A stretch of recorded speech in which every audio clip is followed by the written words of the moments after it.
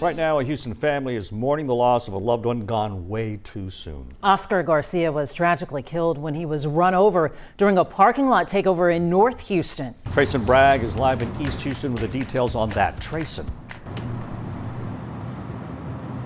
That's right. Well, the family tells me Oscar was 23 years old when he tragically lost his life right here in this parking lot. In fact, you can still see the tire marks on the ground marking where this incident took place.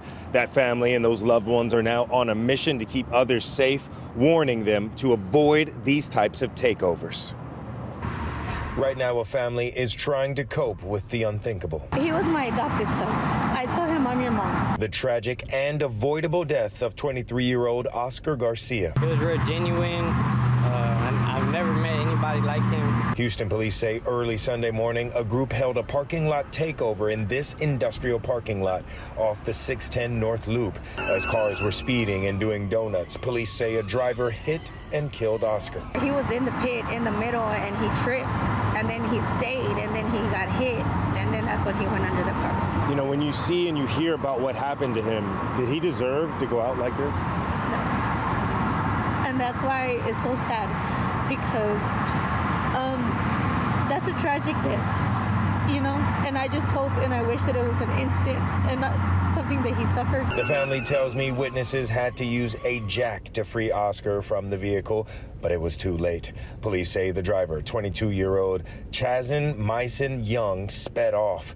He was later taken into custody and is now facing a charge of failing to stop and render aid. As for the loved ones now planning Oscar's funeral, they have an important message for young adults. This is something that I always tell everybody to be aware of, like the street racing, just the car meets, they're dangerous, you know?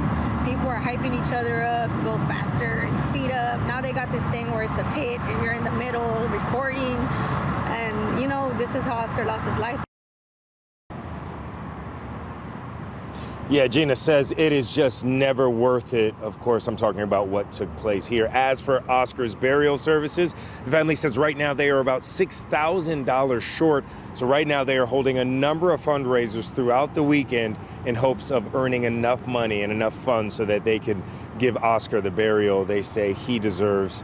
And we're going to have that information, I should say, on all of those fundraisers on our website, khou.com. For now, I'll send it back to you all.